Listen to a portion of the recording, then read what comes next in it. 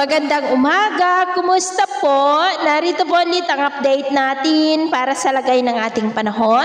Ngayong umaga po ng July 9, 2025. Sa ngayon po ay patuloy pa rin ang pag-iral ng hanging habagat, lalo na dyan sa kanlurang bahagi ng ating bansa na hinahatak pa rin ang papahina ng dating bagyong Bising. Pero kaya po rin yung napapansin mula sa kumpol ng kaulapan na nandito ay may sirkulasyon na po na namumuo at anumang sandali may LPA na naman dyan na patuloy na magpapalakas ng habagat hanggang weekend. At mayroon pa pong LPA na nabuo kahapon na nandyan sa labas ng ating area of responsibility about 1,680 km northeast ng Cagayan. Mababa naman ang tsansa niyan na maging bagyo. Posibleng hihina rin po yan, pero kasabay ng paghihina ng mga sama ng panahon na nandyan ay ang posibleng pamumuo muli ng panibagong mga sama ng panahon na magpapatuloy po na hahatak ng habagat sa mga susunod pa na mga araw. Sa ating long range forecast ay wala naman pong bagyo na namamataan na tatawid po dito sa ating kalupaan for the next 5 to 7 days.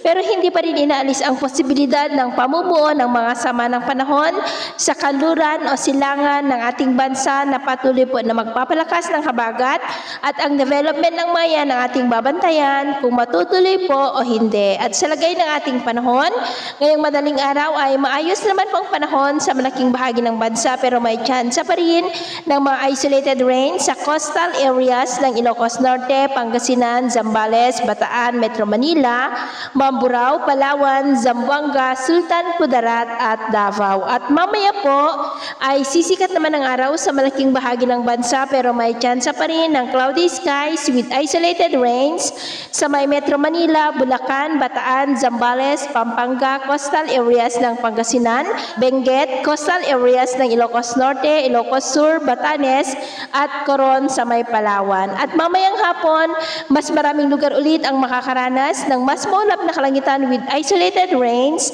lalo na sa ilang bahagi ng Cagayan, Cordillera, Ilocos Region, Central Luzon, Palawan, Capiz, Aklan, Negros, Cebu, at malaking bahagi po ng Mindanao.